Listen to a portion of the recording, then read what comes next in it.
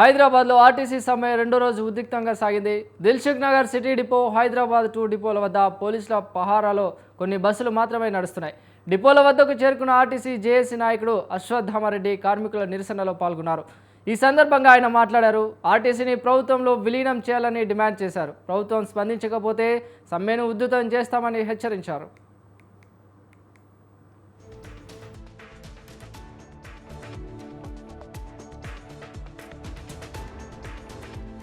నుంచి మరి ఆర్టీసీలో సమ్మె జరుగుతుంది. సంపూర్ణంగా 98% కార్మికులు సమ్మెలో పాల్గొన్నారు. మరి గతంలో ప్రభుత్వం ఇచ్చిన హామీలను నెరవేర్చమంటున్నాం. మేము గొంతమ్మ కోరికలు కోరట్లేదు. 21-25 సంవత్సరాలు పిఆర్సీని రిలీజ్ చేయమంటున్నాము. ఏదైతే ప్రభుత్వం విలీనంగా చేస్తామని హామీ ఇచ్చారో హామీని నిలబెట్టుకోమని చెప్తున్నాం. ఎందుకంటే ఈ ప్రజాప్రభుత్వంలో గతంలో ఈ ప్రజాప్రభుత్వము అని ఏదైతే హామీలు ఇచ్చారో ఈ ప్రజాప్రభుత్వంలో కార్మికులను కూడా ఇన్ని ప్రజలుగా భావించి ఈ ఆర్టీసీ కార్మికుల సమస్యలు పరిష్కరించే దిశగా ప్రయత్నించాలి. మీరు ఇచ్చిన హామీని ముందు ఇమ్మీడియట్లీ 21 సంవత్సరాల పిఆర్సీ, వేతన సవరణ, పిఆర్సీ విలీనము, యూనియన్ల పునరుద్ధరణ, చనిపోయిన ఉద్యోగుల పిల్లల శాశ్వత ప్రాథమిక ఉద్యోగాలు, అదేవిధంగా ఏదైతే ప్రైవేట్ బస్సులో పనిచేస్తున్న వాళ్ళకు వెయిటేజ్ మార్కులు ఇచ్చిన రిక్రూట్మెంట్లో ప్రిఫరెన్స్ ఇవ్వాలని ఇలాంటి కొన్ని డిమాండ్లతో ఉద్యోగ భద్రత సంబంధించిన సర్కులను రద్దు చేసి కొత్త సర్కులు ఇవ్వాలని ఇలాంటి ప్రధాన డిమాండ్లతో మేము సమ్మె చేస్తున్నాం. కాబట్టి ప్రభుత్వం ఇప్పటికైనా వాస్తవ పరిస్థితులు ఆలోచించండి. మా వెనుక ఏ రాజకీయ పార్టీలు లేవు. ఇలా రాజకీయ పార్టీలు ప్రేరేపిత కాదు, ఇది కార్మికులు చేస్తున్న సమ్మె, కార్మికుల నుంచి వచ్చిన సమ్మెది. మా వెనుక ఏ రాజకీయ పార్టీలు లేవు. అందుకనే దయచేసి గత ప్రభుత్వంలో సమ్మె చేస్తే రాజకీయ పార్టీ ఉన్నాడు ఆ ముఖ్యమంత్రి, ఈ ప్రభుత్వం సమ్మె చేసి నీటిపారుదలకు సంబంధించి ఉన్న ఎత్తిపోతల పథకాల మెయింటెనెన్స్ అత్యంత దారుణంగా ఉందని వైసీపీ రాష్ట్ర ప్రధాన కార్యదర్శి నితీష్ కుమార్ ఆరోపించారు. ఈ మేరకు ఆయన నీటిపారుదల శాఖ డీఈని కోరారు. అనంతరం నితీష్ మీడియాతో మాట్లాడారు. మోటార్లు, ట్రాన్స్ఫార్మర్ల మెయింటెనెన్స్ అధికారులు పట్టించుకోవడం లేదని సీరియస్ అయ్యారు. అవి పాడైపోయినా వాటికి మరమ్మతులు చేయించట్లేదని వాపోయారు. వైసీపీ ఆధ్వర్యంలో లింగాల దగ్గర 2 మోటార్లు పెట్టి మండలంలోని అన్ని గ్రామాలకు నీళ్లు అందేలా చేశామన్నారు. వచ్చే గురువారంలోపు రైతులకు నీళ్లు ఇవ్వకపోతే నీటిపారుదల డీఈ ఆఫీసు ముందు ధర్నా నిర్వహిస్తామని ఆయన పేర్కొన్నారు. ప్రకృతి సిద్ధమైనటువంటి వైఫల్యాలు, ప్రకృతి సిద్ధమైనటువంటి కారణాల వల్ల కొన్ని ల్యాప్సెస్ జరిగేదానికి అవకాశం ఉంది. కానీ ఈరోజు పులివెందుల్లో ఎస్పెషల్లీ కొండవారు ప్రాంతం అంతా జరిగేటువంటి తీవ్రమైనటువంటి ఇబ్బందులు ప్రకృతి సిద్ధమైనటువంటి వైఫల్యాలు కాదు, అధికారులు వైఫల్యం వల్ల ఈరోజు జరుగుతున్నటువంటి ఇబ్బంది. 10 టీఎంసీల నీళ్లు చిత్రావతి బ్యాలెన్స్ రిజర్వాయర్లో ఉన్న, 6 టీఎంసీల నీళ్లు మన పైడిపాలెం రిజర్వాయర్లో ఉన్న ఈరోజు రైతుల పరిస్థితి చాలా దీనంగా మారింది. 200 అడుగులు పైన ఉన్నటువంటి నీటి మట్టం ఈరోజు ఈ అధికారుల వైఫల్యాల వల్ల, ఈ అధికారుల నిర్లక్ష్యం వల్ల 1600 అడుగులకు దిగజారిపోయింది. దీనివల్ల రైతులు అనేక ఇబ్బందులు పడుతున్నారు.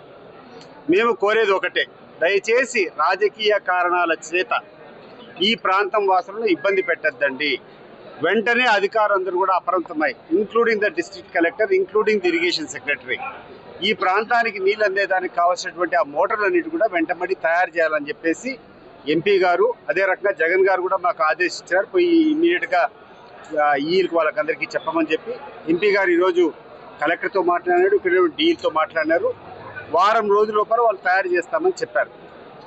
నేను ఈరోజు స్పష్టంగా పెద్దపల్లి జిల్లా మంథని ఆర్టీసీ డిపో వద్ద కార్మికుల సమ్మెకు మాజీ ఎమ్మెల్యే పుట్టా మధు సంఘీభావం ప్రకటించారు. ఈ సందర్భంగా ఆయన మాట్లాడుతూ కాంగ్రెస్ పార్టీకి కనికరం లేదని ఆరోపించారు. కాంగ్రెస్ అధికారంలో ఉంటే ఎలా ఉంటుందో ఈరోజు స్పష్టంగా కనబడుతోందన్నారు.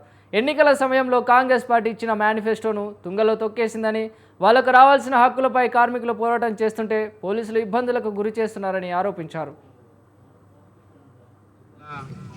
బాధాకరం. అందుకే ఈ దేశంలో కాంగ్రెస్ పార్టీని నేను ఎప్పుడు కూడా, ఈ కాంగ్రెస్ పార్టీ పాకిస్తాన్ తీవ్రవాదుల కన్నా ప్రమాదం అని చెప్తా. పాకిస్తాన్ తీవ్రవాదుల కన్నా ప్రమాదం. వాళ్ళన్నా ఎక్కడన్నా కనికరం చూపిస్తారు కావచ్చు, కానీ ఈ దేశంలో కాంగ్రెస్ పార్టీకి కనికరం అంటూ లేదు. కాంగ్రెస్ పార్టీ అధికారంలో లేకుంటే ఏ విధంగా ఉంటుంది, అధికారంలోకి వచ్చిన తర్వాత ఏ విధంగా ఉంటుందో ఇవాళ మనం స్పష్టంగా చూస్తున్నాం ఈ రాష్ట్రంలో. ఆశ్చర్యం ఏంటంటే ఆ రోజు ఇందిరాగాంధీ ఎమర్జెన్సీ పెట్టినప్పుడు ఇన్ని టీవీలు లేకుండే, ఇంత ప్రజా చైతన్యం లేకుండే. కానీ వాళ్ళ గొప్ప విషయం ఏంటంటే ప్రజా చైతన్యంలో ఏఐ కూడా వస్తున్నటువంటి తరుణంలో, సోషల్ మీడియా ప్రభావం ఉన్నప్పటికీ ప్రతి చేతిలో ప్రపంచాన్ని చూస్తున్నటువంటి ఈ రోజులలో కూడా అవలీలగా అన్యాయం చేస్తున్నటువంటి party Congress party. RTC JAC ఆధ్వర్యంలో నిర్వహిస్తున్నటువంటి సమ్మెకు మంథని నియోజకవర్గ బీఆర్ఎస్ పార్టీ పక్షాన సంపూర్ణ మద్దతు ప్రకటిస్తూ ఖమ్మం జిల్లా కల్లూరు మండలం పుల్లయ్య బంజారాలో ధాన్యం కొనుగోలు కేంద్రాన్ని మాజీ ఎమ్మెల్యే సండ్ర వెంకట వీరయ్య సందర్శించారు. ప్రభుత్వం కొనుగోళ్లలో జాప్యం చేస్తూ రైతులను ఇబ్బందులు పెట్టడం సరికాదన్నారు. ప్రభుత్వం కొనుగోలు చేయక రైతులు ప్రైవేట్ వ్యక్తులకు తక్కువ ధరకే అమ్ముకోవాల్సిన పరిస్థితి ఏర్పడిందన్నారు. రైతు భరోసా, రైతు బీమా, రుణమాఫీ అమల్లో ప్రభుత్వం విఫలమైందని, ప్రభుత్వం వెంటనే స్పందించి కొనుగోలు ప్రక్రియను ప్రారంభించాలని డిమాండ్ చేశారు. ఈ కొనుగోళ్లపై రేపు ఖమ్మం కలెక్టర్ వద్ద ధర్నా ఉంటుందని ఆయన ప్రకటించారు. రాజకీయం చేయటానికో ప్రభుత్వాన్ని విమర్శించడానికో ఏనాడు కూడా మనం ప్రయత్నం చేయలే. ఏప్రిల్ 2వ తారీఖున కొనుగోలు కేంద్రాలు ప్రారంభించమని ప్రభుత్వం జీవో ఇచ్చి ప్రారంభించారు. ఆల్రెడీ మీరు అక్కడ బోర్డు కూడా చూడండి, ఎమ్మెల్యే గారు ప్రారంభించినట్టుగా ఒక బోర్డు పెట్టారు ఇస్మాయిల్ భాయ్ ఆలయం దగ్గర.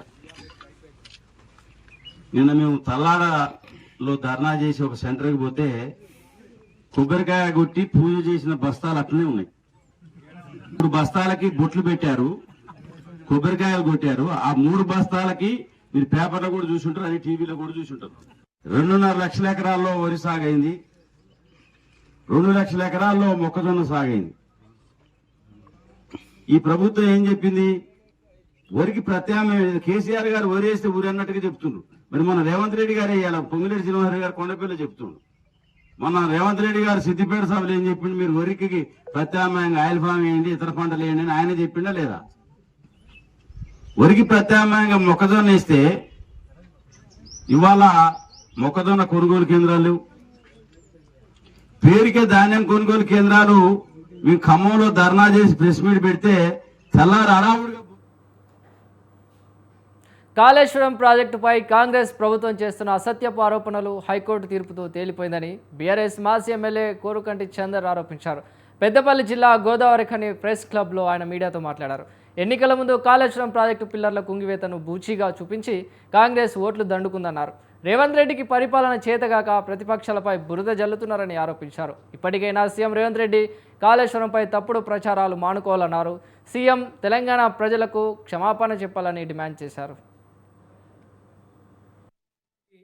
కాళేశ్వరం ప్రాజెక్టు విషయంలో చిల్లర మల్లర రాజకీయాలు ఈ యొక్క కాంగ్రెస్ పార్టీ రేవంత్ రెడ్డి ఎన్నికల సమయంలో చేయడమే కాకుండా పనికిరానటువంటి ఒక కమిషన్ను పీసీ ఘోష్ కమిషన్ అని వేసి 16 నెలలు కేసీఆర్ గారిని, అదేవిధంగా తెలంగాణ 10 ఏళ్ల అభివృద్ధి పదంలో నడిపించినటువంటి ప్రభుత్వాన్ని నీలాప నిందలు వేస్తూ అనేక వ్యాఖ్యలు, ప్రకటనలు చేసినటువంటి ఈ యొక్క పీసీ ఘోష్ కమిషన్కు సంబంధించినటువంటి వ్యాఖ్యలు చెల్లవు అని చెప్పేసి హైకోర్టు తీర్పు ఇచ్చినటువంటి నేపథ్యంలో తెలంగాణ రాష్ట్రంలో ఉన్నటువంటి యావత్తు ప్రజానీకం, రైతాంగం అందరూ కూడా ఇలా రేవంత్ రెడ్డి ముక్కు నేలకు రాసి క్షమాపణ చెప్పాలి. మాకు నీళ్ళు ఇవ్వడం కోసం కేసీఆర్ గారు ప్రాజెక్టు నిర్మాణం చేస్తే కేసీఆర్ గారిని కాకుండా తెలంగాణ రాష్ట్రాన్ని బదనాం చేసేటువంటి విధంగా ఈ యొక్క కమిషన్ వ్యాఖ్యలు ఉన్నాయి. ఈ వ్యాఖ్యలను వీటన్నింటిని కూడా తిరుపతి జిల్లా వడమాలపేట ఎంపీడీఓ కార్యాలయంలో నిర్వహించిన సెన్సస్ సమీక్ష సమావేశానికి ఆంధ్రప్రదేశ్ రాష్ట్ర CMO commissioner SS Rawat, collector Venkateshwar హాజరయ్యారు. స్థానిక అధికారులతో ముఖాముఖి నిర్వహించారు. సెన్సస్పై ప్రజలకు అవగాహన కల్పిస్తూ పూర్తి స్థాయి డేటా సేకరణ జరగాలన్నారు. సెన్సస్ నిర్వహణలో ఖచ్చితత్వం, సమయపాలన ముఖ్యమని వారు అధికారులకు వివరించారు. ప్రజలకు ఇబ్బందులు రాకుండా సమన్వయంతో పనిచేయాలని సూచించారు.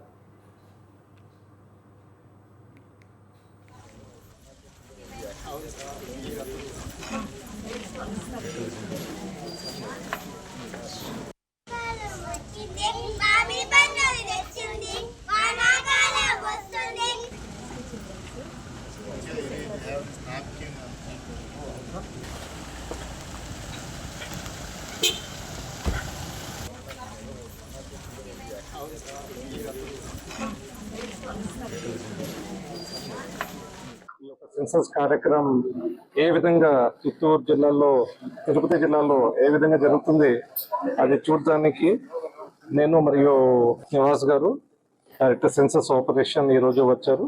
కలెక్టర్ గారు మా పక్కన ఉన్నారు. వడ్మాల్పేట మండల్లో ఇన్యూమరేటర్స్ మరియు సూపర్వైజర్స్ ట్రైనింగ్ ఏ విధంగా జరుగుతుంది ఈ రోజు సందర్శించినాము. వాళ్ళ ప్రిపేర్నెస్ ఎలా ఉంది అది కూడా చూడడం జరిగింది. మీ అందరికీ తెలుసు, ప్రస్తుతం రాష్ట్రంలో సెల్ఫ్ ఇన్వెస్టిగేషన్ కార్యక్రమం జరుగుతుంది. అది బాగా జరుగుతుంది. ఇంకా స్పీడ్ పెంచాల్సి మనకి అవసరం ఉంది. అది కాకుండా ముఖ్యంగా మే 1 నుంచి 30 దాకా మనకి హౌస్ లిస్టింగ్ కార్యక్రమం జరుగుతుంది. ప్రతి ఇంటికి వెళ్ళి అక్కడ మ్యాపింగ్ చేసి ప్రతి ఇంటిని గుర్తించడానికి ఇన్యూమరేటర్ మరియు సూపర్వైజర్ చర్య తీసుకుంటారు. తర్వాత మార్చిలో మనకి ఫిబ్రవరి నెలలో మనకి ఈ యొక్క జనగణన హెడ్ కౌంట్ మనకి జరుగుతుంది. ప్రజలు సుఖశాంతులతో ఉండేందుకు పోలీస్ విభాగం అహర్నిశలు పనిచేస్తుందని central zone additional DCP J Narsaiah అన్నారు. సికింద్రాబాద్ న్యూ బోయగూడ ఐడిహెచ్ కాలనీలో శ్రీ అడవి మైసమ్మ దేవాలయాన్ని ఆయన సందర్శించారు. అనంతరం ప్రత్యేక పూజలు చేశారు. మీడియాతో మాట్లాడుతూ ఇటీవల ఆలయాల్లో దొంగతనాలు పెరుగుతున్నాయని తెలిపారు. ఆ దొంగలను పోలీసులు చాకచక్యంగా పట్టుకుంటున్నారని కూడా వివరించారు. పార్థివాడలోని శ్రీ అడవి మైసమ్మ విగ్రహ చోరీ కేసును గంటల వ్యవధిలో ఛేదించామన్నారు. మున్ముందు ఆలయాల్లో సీసీ కెమెరాలు కూడా ఏర్పాటు చేస్తామని ప్రకటించారు. గంజాయి తీసుకుంటూ వీధుల్లో అల్లరి చిల్లరగా తిరిగే వారి కనిపిస్తే పోలీసుల దృష్టికి తీసుకురావాలని ఆయన సూచించారు. అడవి మైసమ్మ దేవాలయంలో మీ అందరూ తెలుసు, 3 రోజుల క్రితము ఒక దొంగతనం జరిగింది. సో దాంట్లో అమ్మవారిని ఎత్తుకపోవడం జరిగింది. ఇమ్మీడియట్గా పోలీస్ రెస్పాండ్ అయ్యి ముద్దాయిని అదే రకంగా ఏదైతే అమ్మవారి విగ్రహం ఉందో దాన్ని స్వాధీనం చేసుకొని వాళ్ళ యొక్క బస్తీ వాళ్ళ కోరిక మేరకు వాళ్ళ ఆచారం ప్రకారము ఇమ్మీడియట్గా దాన్ని మనం ప్రతిష్టాపన చేయడం జరిగింది. ఈ విషయంలో బస్తీ వాసులు నిజంగా నేను మనస్ఫూర్తిగా వాళ్ళని అభినందిస్తున్నా. కాంట్రాక్టర్లకు, పోలీసుకు ఎంతో చాలా చక్కటి సహకారం అందించారు. అదే రకంగా ఎంతోమంది వచ్చినా దాన్ని ఏదో ఒక ఇష్యూ చేయాలని చూసినా కానీ వాళ్ళు ఎట్టి పరిస్థితుల్లో లోకల్ పోలీసుకున్న కాంటాక్ట్స్ తోటి సో వాళ్ళందరూ కూడా ఇక్కడ ఉన్న బస్తీ వాసులందరూ, నేను ఎవరు పేరు చెప్పను, అందరూ కూడా సకాలంలో పోలీసుకు సహకరించి ఒక ఈ అమ్మవారి విగ్రహ ప్రతిష్ట కార్యక్రమాన్ని చాలా చక్కగా నిర్వర్తించుకొని వాళ్ళు చాలా శాంతి భద్రత ఎలాంటి విఘాతం కలగదు. ఎంతోమంది దాంట్లో వచ్చి ఏదో ఒక ఇష్యూ చేయడానికి ప్రయత్నం చేసినా వాళ్ళందరినీ పంపించేసి ఎలాంటి ఇబ్బంది లేకుండా శాంతి భద్రత పంపించకుండా లోకల్ పోలీసుకు సహాయం చేశారు. సో నేను మనస్ఫూర్తిగా వాళ్ళందరినీ అభినందిస్తున్నాను. అడవి మైసమ్మ దేవాలయంలో మీ అందరూ తెలుసు, 3 రోజుల క్రితము ఒక దొంగతనం జరిగింది. సో దాంట్లో అమ్మవారిని ఎత్తుకపోవడం జరిగింది. ఇమ్మీడియట్గా పోలీస్ రెస్పాండ్ అయ్యి ముద్దాయిని అదే రకంగా ఏదైతే అమ్మవారి విగ్రహం ఉందో దాన్ని స్వాధీనం చేసుకొని వాళ్ళ యొక్క బస్తీ వాళ్ళ కోరిక మేరకు వాళ్ళ ఆచారం. ఖమ్మం జిల్లా సత్తుపల్లి ఆర్టీసీ కార్మికుల సమ్మెకు సత్తుపల్లి మాజీ ఎమ్మెల్యే సండ్ర వెంకట వీరయ్య సంఘీభావం ప్రకటించారు. ఆయన మాట్లాడుతూ కాంగ్రెస్ మేనిఫెస్టోలో ప్రకటించిన విధంగా ఆర్టీసీ కార్మికులను ప్రభుత్వంలో విలీనం చేయాలని డిమాండ్ చేశారు. వాళ్లకు రావాల్సిన బకాయిలను వెంటనే విడుదల చేయాలని ప్రభుత్వాన్ని కోరారు. ప్రైవేట్ డ్రైవర్లతో బస్సులు నడిపితే ప్రమాదాలకు గురయ్యే అవకాశం ఉందన్నారు. ప్రభుత్వం కార్మికుల న్యాయమైన డిమాండ్లను నెరవేర్చాలని ఆయన డిమాండ్ చేశారు.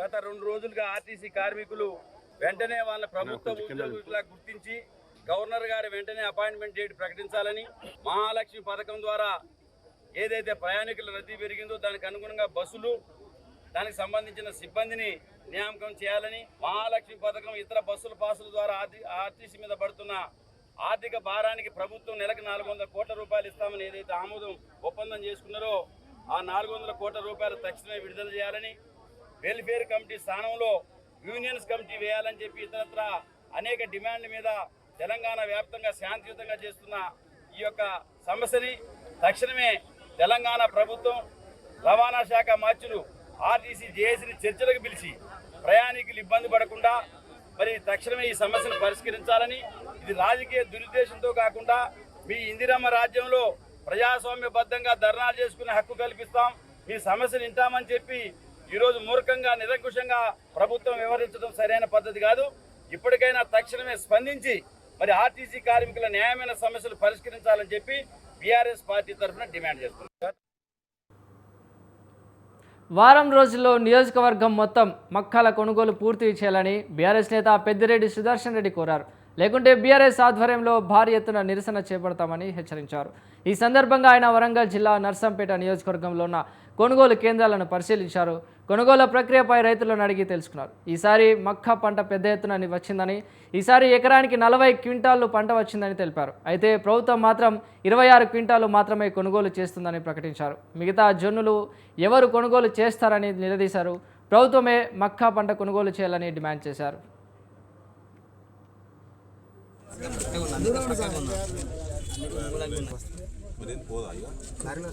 పేమెంట్ల పరిస్థితి రైతులు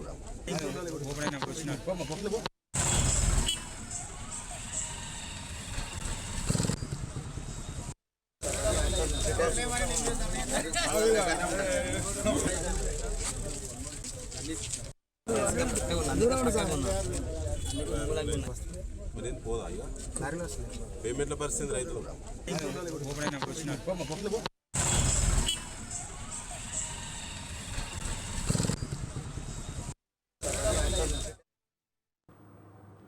భగీరథ మహర్షి పట్టుదల సంకల్పం లక్ష్య సాధనకు నిలువెత్తు నిదర్శనమని ఇన్ఛార్జ్ డిఆర్ఓ వెంకటపతి అన్నారు. గురువారం కడప కలెక్టరేట్లోని పీజీఆర్ఎస్లో హాల్ వెనుకబడిన తరగతుల సంక్షేమ శాఖ ఆధ్వర్యంలో భగీరథ జయంతిని నిర్వహించారు. ఆశయ సాధన, అకుంఠిత దీక్ష, పట్టుదలకు నిలువెత్తు నిదర్శనం అపార భగీరథుడని ఆయన తెలిపారు.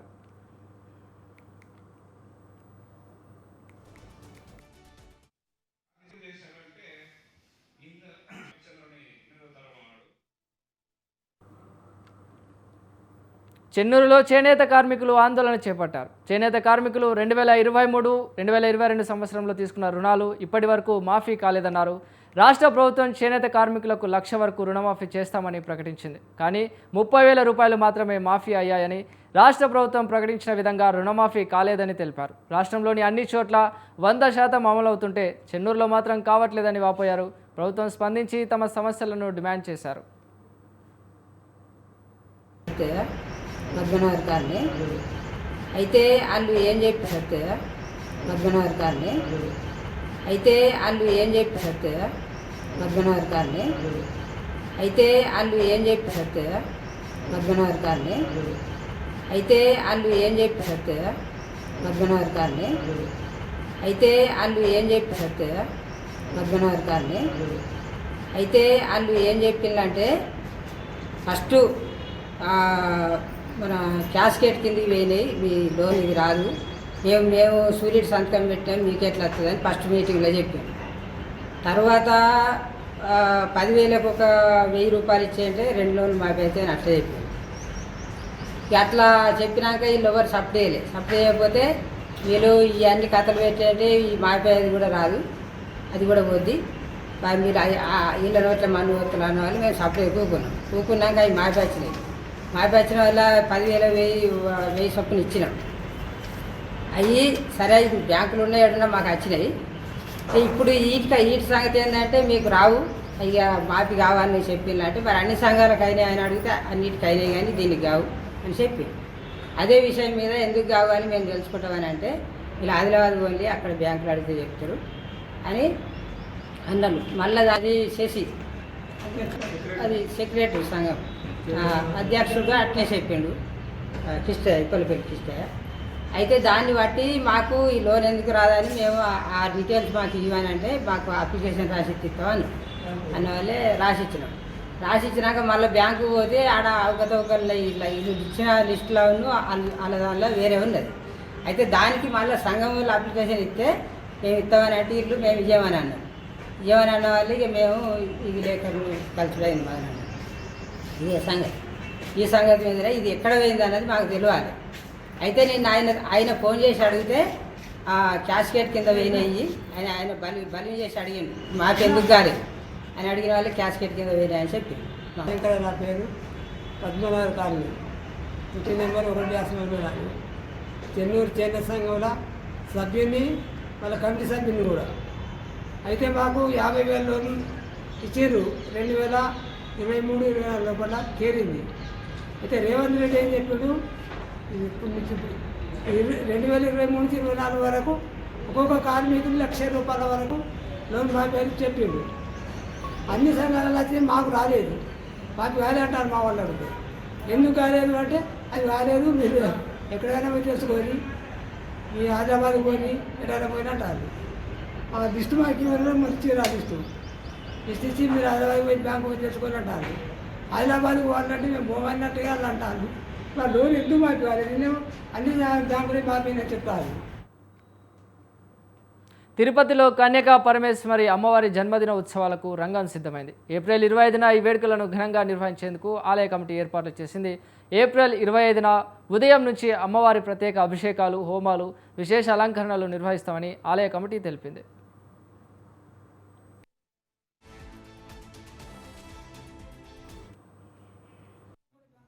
శ్రీ కన్యకా పరమేశ్వరి అమ్మవారి జయంతి ఉత్సవము, వాసవి జయంతి 26వ తారీఖు ఆదివారం రోజు వైశాఖ శుద్ధ దశమి. ఆ రోజున కొత్త వీధిలో ఉన్నటువంటి ఆలయంలో ఉదయం నుంచి రాత్రి వరకు అనేక రకాలైనటువంటి పూజాది కార్యక్రమాలు. ఈ కార్యక్రమాలకి తిరుపతిలో ఉన్నటువంటి ఆర్యవైశ్యులందరినీ, అలాగే అమ్మవారి భక్తులు చాలామంది ఉన్నారు. ఎందుకంటే 120 సంవత్సరాల చరిత్ర కలిగినటువంటి ఆలయము. చాలామంది అమ్మవారి భక్తులకు అందరికీ కూడా ప్రత్యేకమైన ఆహ్వానాన్ని పత్రికాముఖంగా తెలియజేస్తున్నాం. 24వ తారీఖు శుక్రవారం రోజు సాయంకాలం అమ్మవారి జీవ చరిత్రకు సంబంధించిన క్విజ్ ఒకటి ఏర్పాటు చేయడం జరిగింది. ఈ క్విజ్ 3 దశలుగా ఉంటుంది. ఆ క్విజ్లో ఉత్తీర్ణత అంటే టాప్ 3కి ఆలయ మర్యాద అనేది కూడా ఇవ్వటం జరుగుతుంది. అలాగే శనివారం రోజు 25వ తారీఖు ఉదయము వాసవి వ్రతం. ఎందుకంటే అమ్మవారికి సంబంధించిన వ్రతాన్ని ఆచరించి మరుసటి రోజు అమ్మవారి జయంతి జరపడం అనేది ఆలయం సంప్రదాయంగా కొనసాగిస్తున్నాం.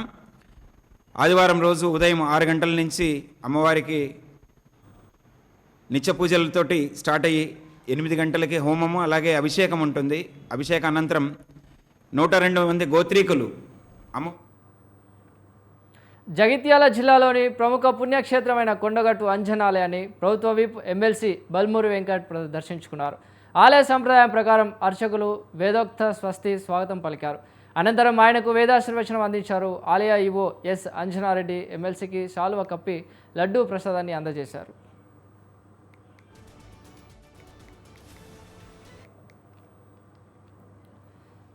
శ్రీ సత్యసాయి జిల్లా హిందూపురంలో భగీరథ మహర్షి జయంతి వేడుకలు ఘనంగా జరిగాయి. ఈ కార్యక్రమంలో నగర సామాజిక వర్గ నేతలు, రాజకీయ ప్రముఖులు పాల్గొన్నారు. ఆంధ్రప్రదేశ్ ఉప్పర నగర welfare and development corporation director మణిప్రియ మాట్లాడారు. భగీరథ మహర్షి అందించిన స్ఫూర్తితోనే ప్రభుత్వ బడుగు బలహీన వర్గాల సంక్షేమం జరుగుతుందని తెలిపారు.